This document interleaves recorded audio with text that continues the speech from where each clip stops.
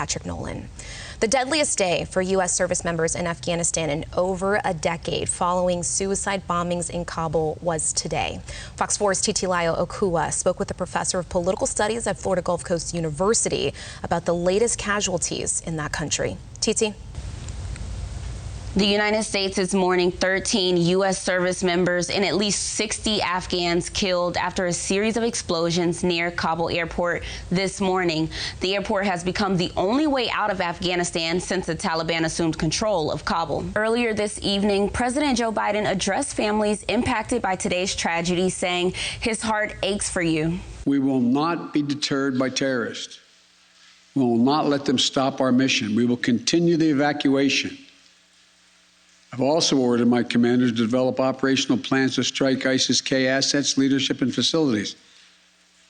We will respond with force and precision at our time, at the place we choose, in a moment of our choosing. Here's what you need to know.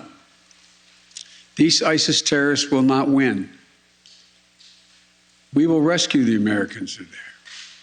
We will get our Afghan allies. This afternoon, U.S. Central Command Head General Kenneth McKenzie said they're still looking into who's behind the attack, but he said the suicide bombers were assessed to be ISIS fighters. So I spoke with Dr. Peter Bergenson. He's a political science professor at FGCU to see what that means for the security of the people trying to flee and the U.S. troops on the ground in Afghanistan. Very serious and deadly situation is even going to be compounded. We really are in an unknown territory.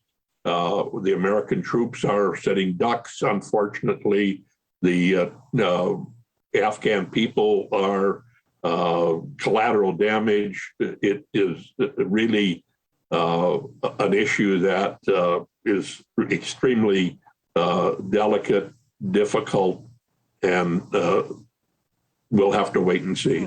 Bergenson also explained why General McKenzie said earlier that the Taliban shares a common purpose with the U.S. in Afghanistan's evacuation mission. But also, though, the common purpose is to fight against the ISIS subgroup. They are extremely dangerous, even more so than the Taliban are. And so the situation there is really hard to predict.